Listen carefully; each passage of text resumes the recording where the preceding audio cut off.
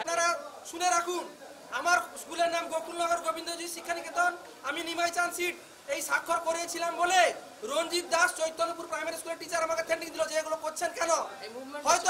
হয়তো আমাকে হয়তো সেই রাজকুমারের মতো হয়ে যেতে হবে। এটা তার জন্য আপনাদের কাছে সকলের সামনে এটা আমি বলে দিচ্ছি আগে থেকে। এই স্বাক্ষর করেছিলাম বলে রঞ্জিত দাস প্রাইমারি স্কুলের টিচার চৈতন্যপুর বাড়ি আমাকে থ্রেটিং দিয়েছিল আজকে।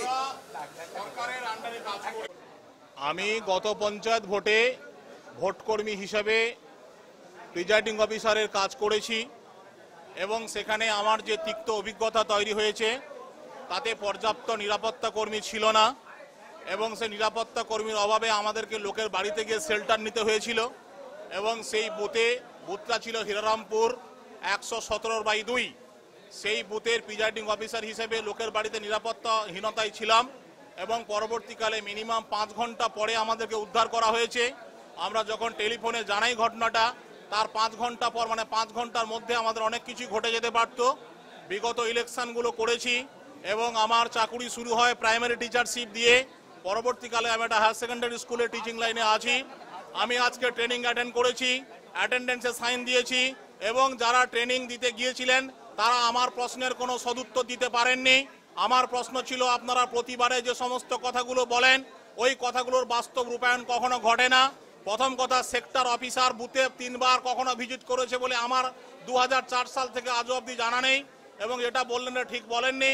আপনি মূলত আলোচনা করুন আমাদের নিরাপত্তার বিষয়টা কি হবে।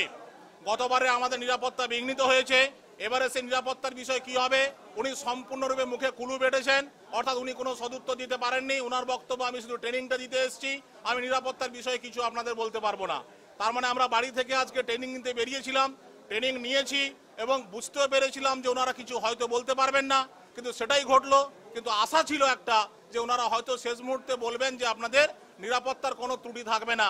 অর্থাৎ আমরা এখনো পর্যন্ত সেই রাজকুমার রায়ের অবস্থার কথা ভাবছি এবং সেই রাজকুমার রায়ের মতো অবস্থা আমাদের যাতে প্রত্যেকে না ঘটে সেটা সুনিশ্চিত করবেন। অর্থাৎ যারা রয়েছে নির্বাচন কমিশন এবং সংশ্লিষ্ট যারা সংযুক্ত, এইটুকু আশা রাখছি। ভোট কর্মী হিসেবে ভোট করাতে যাওয়ার ব্যাপারে কোনো আপত্তি নাই।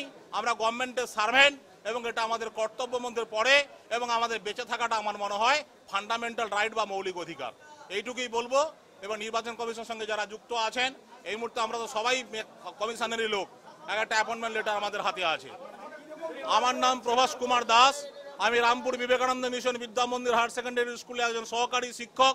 আমার সাবজেক্ট রাজকুমার রায়ের মতো ইংরেজি সাহিত্য এবং আমি সেই সাবজেক্ট নিয়ে এখানে দীর্ঘদিন শিক্ষকতা করছি এবং তৎসঙ্গে আমার শিক্ষকতা শুরু 2004 সালে 9 নভেম্বর প্রাইমারি স্কুল টিচারশিপ দিয়ে।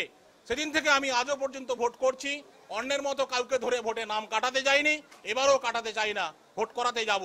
তবে নিরাপত্তাটুকু সুনিশ্চিত করবো, এইটুকু প্রত্যাশা করি, এর বেশি কিছু নয়।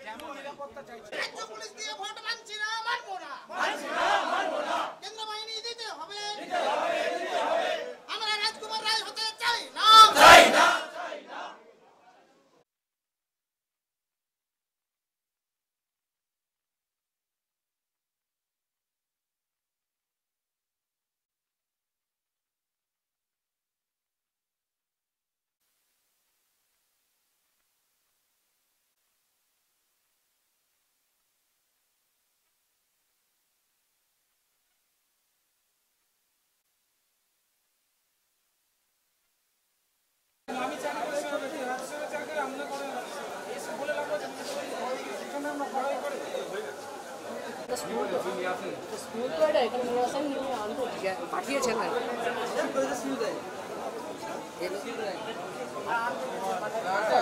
এসডিও মহাশয়ের কাছে গেছিলাম, উনি এমনি প্লেন একটা সিগনেচার দিয়েছে, পরে সিল দিবে বলেছেন আমরা পাঠিয়ে দিব নির্বাচন কমিশনারের কাছে।